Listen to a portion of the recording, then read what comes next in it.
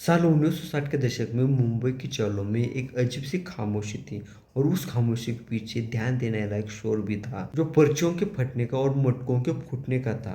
आज के दौर में आप ड्रीम इलेवन या स्टॉक मार्केट में पैसा लगाते हो, लेकिन उस समय में एक ही नाम चलता था, रतन खत्री। प्राइम वीडियोज की नई वेब सीरीज मटका किंग में विजय वर्मा इसी खतरे के साय को बड़े पर्दे पे उतारने वाले हैं। लेकिन क्या आप जानते हैं रतन खत्री ने मुंबई पुलिस और सरकार के नाक के नीचे इतना बड़ा करोड़ों का साम्राज्य कैसे खड़ा किया? आज की इस वीडियो में हम उस सच से पर्दा उठाने वाले हैं जिससे आम नागरिक दरकिनार करते आ रहे हैं। साल 1947 के बंटवारे में कराची से आया हुआ एक लड़का ऐसे तैसे करके अपनी जान बचाते हुए बॉम्बे आ जाता है। नाम था रतन खत्री, जेब थी खाली लेकिन दिमाग में नंबरों का कैलकुलेटर फिट था। खत्री ने शुरुआत में कबाड़ का काम किया और उसके बाद वो कपड़ा मार्केट पहुंचा। वहां उसने देखा कि कुछ लोग न्यूयॉर्क कॉटन एक्सचेंज पे दाव लगाते हैं, लेकिन साल 1961 में ये भी सिस्टम रुका तो खत्री ने खुद के इकोसिस्टम का आगाज किया। उसने जुए को सिर्फ अमीरों को खेल नहीं बनने दिया, उसने इसे मासेस तक पहुंचाया। उसने कहा, वो भी यकीन दिलाते हुए कि आपके पास में 10 पैसे भी है तो भी आप राजा बन सकते हो। उस समय के बॉम्बे में एक नहीं बल्कि 2 मटका किंग थे। कल्याणजी भगत जिन्होंने साल 1962 में वर्ली मटका चालू किया और रतन खत्री पहले तो उनके साथ था, लेकिन बाद में उसने अपनी खुद की सल्तनत बना ली। कल्याणजी भगत का मटका हफ्ते के 7 दिन चलता था, लेकिन खत्री ने मंडे टू सैटरडे का नया नियम बनाया।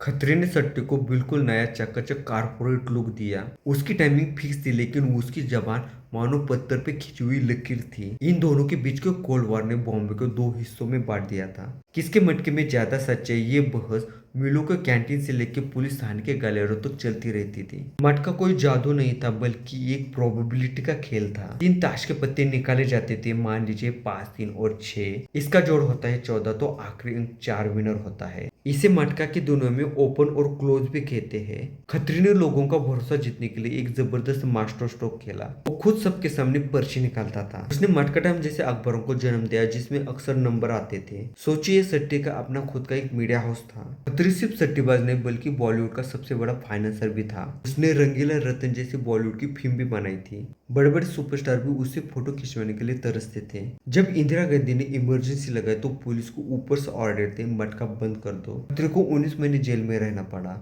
और इसी बीच उसके अंडरवर्ल्ड में भी एंट्री हो चुकी है। दाऊद और छोटा राजन जैसे लोगों ने देखा, यहाँ तो बिना मेहनत के करोड़ों रुपए कमाए जा सकते हैं। उन्होंने सट्टे में बंदूक घुसा दी। खतरे को जल्दी समझ आएगा कि ये नंबरों का नहीं, लाशों का खेल बनता जा रहा है। 1993 के ब्लास्ट के बाद में खत्री ने इस दुनिया को ही अलविदा कह दिया। रतन खत्री साल 2020 में मर गए, लेकिन उनकी वो सिस्टम आज भी ऑनलाइन गेमिंग और लॉटरी के रूप में जिंदा है। विजय वर्मा की वेब सीरीज मटका गेम आज भी हमें उसी काले दौर में लेके जाती है। क्या विजय वर्मा इस कैलकुलेटिव ब्रेन के साथ में न्याय कर पाएंगे? नागराज मुंजे का डायरेक्शन उसे कितना रॉ और ब्रूटल बनाता है, ये देखना बहुत ही दिलचस्प होगा। जब भी हम बॉम्बे और बड़े स्कैम का नाम सुनते हैं तो हमारे दिमाग में सबसे पहला नाम हर्षद मेहता का ही आता है। लेकिन क्या आपने कभी सोचा है 1990 के उस बिग बुल और 1960 के उस मटका किंग में क्या फर्क है? हर्षद मेहता ने बैंकिंग सिस्टम के लूपहोल का बड़ा फायदा उठाया था, लेकिन रतन खत्री ने खुद का ही साम्राज्य खड़ा कर दिया था। हर्षद पैसे के लिए बैंकों पे निर्भर करता था, वहीं पे रतन ने आम आदमी की उम्मीद को ही अपना बैंक बना दिया था।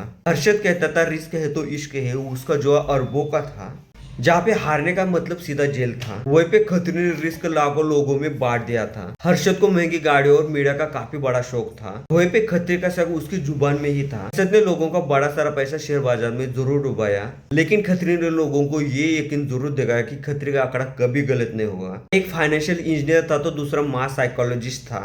अंत में हर्षद सिस्टम से लड़ते लड़ते मर गया, लेकिन दूसरा चुपचाप रिटायर हो गया। किसका दिमाग ज्यादा शातिर था, प्लीज कमेंट करके बताओ। तो क्या विजय वर्मा उस पुराने बॉम्बे की धूल को और खत्री के शातिर दिमाग को बड़े पर्दे पे उतार पाएंगे? डायरेक्टर नागराज मुंजे की फिल्में हमेशा ही रियलिस्टिक होती है, तो उम्मीद है कि ये सीरीज फिल्मी मसाला कम कड़वा सच जरूर दिखाएगी। 17 अप्रैल 2026 को प्राइम वीडियोस पे ये धमाका जरूर देखने को जाना। दोस्तों, जुआ चाहे 1960 का हो या 2026 का, जीतना किंग को ही है। आप इस सीरीज के लिए कितना एक्साइटेड है, प्लीज कमेंट करके बताना। वीडियो पसंद आए तो लाइक, शेयर और सब्सक्राइब करना ना भूले। मिलते हैं अगले वीडियो में और एक ऐसी इंफॉर्मेटिव वीडियो के साथ में, तब तक के लिए नमस्कार।